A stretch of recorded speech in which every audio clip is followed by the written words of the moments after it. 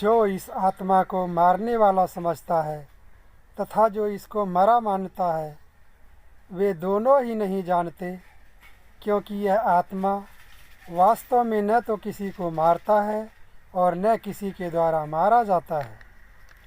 यह आत्मा किसी काल में भी न तो जन्मता है और न मरता ही है, तथा न यह उत्पन्न होकर फिर होने वाला ही है, क्योंकि यह अजन्मा, नित्य, सनातन और पुरातन है। शरीर के मारे जाने पर भी यह नहीं मारा जाता।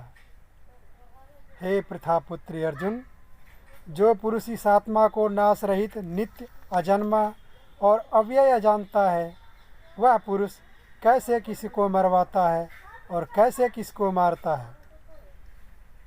जैसे मनुष्य पुराने वस्त्रों को त्याग कर दूसरे नए वस्त्रों को ग्रहण करता है, वैसे ही जीवात्मा पुराने शरीरों को त्याग कर दूसरे नए शरीरों को प्राप्त होता है। इस आत्मा को शस्त्र नहीं काट सकती, इसको आग नहीं जला सकती, इसको जल नहीं गला सकता और वायु नहीं सुखा सकता, क्योंकि यह आत्मा अछेद्य है। यह आत्मा अद्याह्य, अक्लेद्य और निसंदेह अशोष्य है, तथा यह आत्मा नित्य, सर्वव्यापी, अचल, स्थिर रहने वाला और सनातन है। यह आत्मा अव्यक्त है, यह आत्मा अचिंत्य है और यह आत्मा विकार रहित कहा जाता है। इससे हे अर्जुन, इस आत्मा को उपर्युक्त प्रकार से जानकर तू शोक करने को योग्य नहीं है, अर्थात तुझे शोक करना उचित नहीं है। किंतु यदि तू इस आत्मा को सदा जन्मने वाला तथा सदा मरने वाला मानता हो, तो भी हे महाबाहो, तू इस प्रकार शोक करने को योग्य नहीं है, क्योंकि इस मान्यता के अनुसार जन्मे हुए की मृत्यु निश्चित है और मरे हुए का जन्म निश्चित है। इससे भी इस बिना उपाय वाले विषय में तू शोक करने को योग्य नहीं है।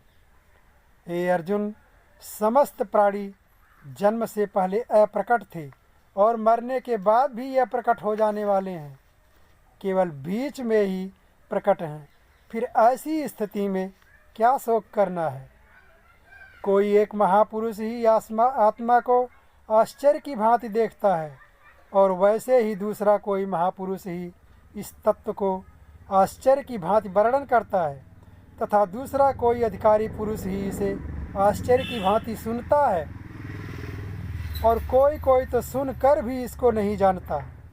हे अर्जुन, यह आत्मा सबके शरीरों में सदा ही अवध्य है। इस कारण संपूर्ण प्राणियों के लिए तू शोक करने को योग्य नहीं है, तथा अपने धर्म को देखकर भी तू भय करने योग्य नहीं है, अर्थात तुझे भय नहीं करना चाहिए, क्योंकि क्षत्रिय के लिए धर्म युक्त युद्ध से बढ़कर दूसरा कोई कल्याणकारी कर्तव्य नहीं है। हे पार्थ, अपने आप प्राप्त हुए और खुले हुए स्वर्ग के द्वार रूप इस प्रकार के युद्ध को भाग्यवान क्षत्रिय लोग ही पाते हैं। किंतु यदि तू इस धर्मयुक्त युद्ध को नहीं करेगा, तो वह स्वधर्म और कीर्ति को खोकर पाप को प्राप्त होगा, तथा सब लोग तेरी बहुत काल तक रहने वाली अपकीर्ति का भी कथन करेंगे, और माननीय पुरुष के लिए अपकीर्ति से बढ़कर मरण कोई नहीं है। और जिनकी दृष्टि में तू पहले ही बहुत सम्मानित होकर अब लघुता को प्राप्त होगा, वे महारथी लोग तुझे भय के कारण युद्ध से हटा हुआ मानेंगे। तेरे वैरी लोग तेरे सामर्थ्य की निंदा करते हुए तुझे बहुत से न कहने योग्य वचन भी कहेंगे। उससे अधिक दुख और क्या होगा। या तो तू युद्ध में मारा जाकर स्वर्ग को प्राप्त होगा, अथवा संग्राम में जीतकर पृथ्वी का राज्य भोगेगा। इस कारण हे अर्जुन, तू युद्ध के लिए निश्चय करके खड़ा हो जा। जय पराजय, लाभ हानि और सुख दुख को समान समझकर उसके बाद युद्ध के लिए तैयार हो जा। इस प्रकार युद्ध करने से तू पाप को नहीं प्राप्त होगा। हे पार्थ, यह बुद्धि तेरे लिए ज्ञान योग के विषय में कही गई है, और अब तू इसको कर्मयोग के विषय में सुन। जिस बुद्धि से युक्त हुआ तू कर्मों के बंधन को भली भांति त्याग देगा अर्थात सर्वथा नष्ट कर डालेगा।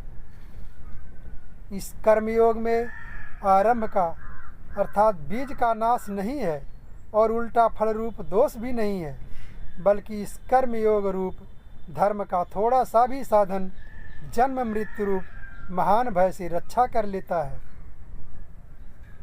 हे अर्जुन, इस कर्मयोग में निश्चयात्मिका बुद्धि एक ही होती है, किंतु अस्थिर विचार वाले विवेकहीन सकाम मनुष्यों की बुद्धियाँ निश्चय ही बहुत भेदों वाली और अनंत होती हैं।